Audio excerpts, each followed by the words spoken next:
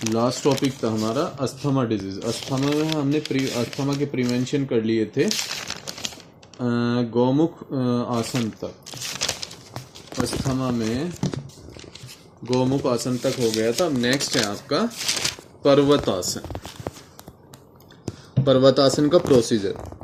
Sit in पद्मासन। पद्मासन में बैठ जाते हैं। Stretch your arms. आर्म्स को स्ट्रेच करते हैं साइड से and bring them over your head slowly. और अपने हेड के ऊपर ले जाते हैं स्लोली धीरे धीरे। After that your palm to touch each other. जो हमारी हथेलियां होती हैं दोनों को आपस में मिला लेते हैं। Then stretch your hands.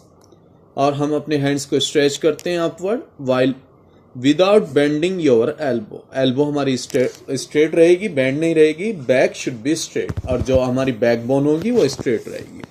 अब इसके बेनिफिट, फर्स्ट है it help in increase the flexibility of A spine. जो हमारी फ्लैक्सिबिलिटी होती है, अगर हम पर्वतासन कर रहे हैं तो हमारी फ्लैक्सिबिलिटी जो होगी वो इंक्रीज होगी। Second is it helps increase the height. और हमारी इसमें हाइट भी इंक्रीज होती है।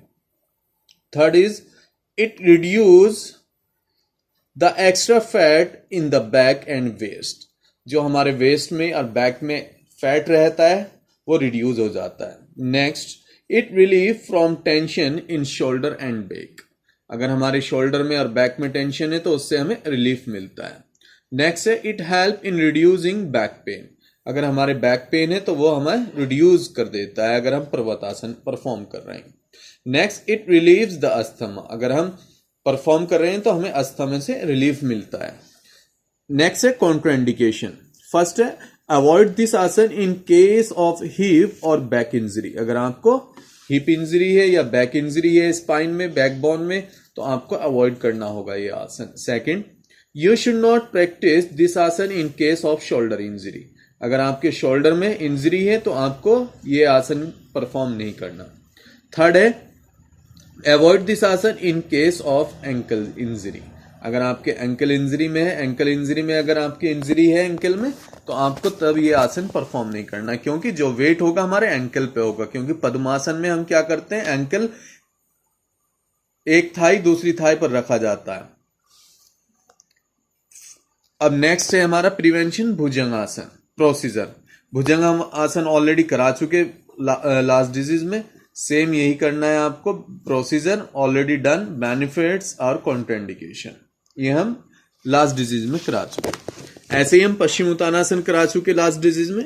सिर्फ आपको प्रोसीजर लिखना, ऑलरेडी डन करना, बेनिफिट्स लिखना, ऑलरेडी डन करना, कॉन्ट्राइंडिकेशन लिखना, ऑलरेडी डन करना। अब है आपका मत्स्य आसन। नेक्स्ट प्रिवेंशन अस्थमा का प्रोसीजर फॉर परफॉर्मिंग दिस आसन सिट इन पद्मासन। इसमें भी हम पद्मासन में बैठ जाते हैं।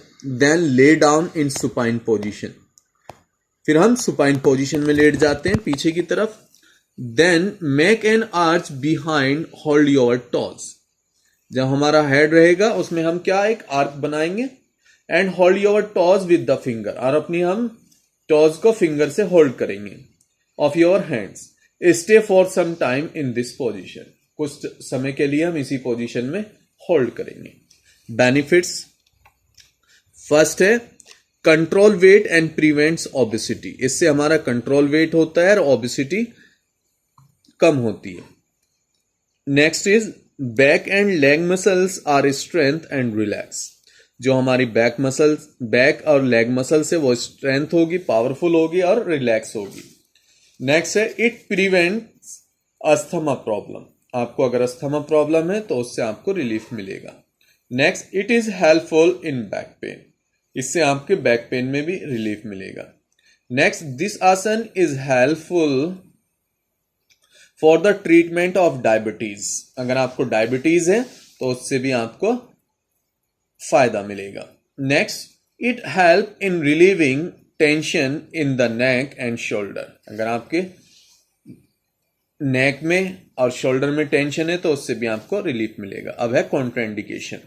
फर्स्ट है अवॉइड डूइंग दिस आसन इफ यू हैव हाई और लो ब्लड प्रेशर।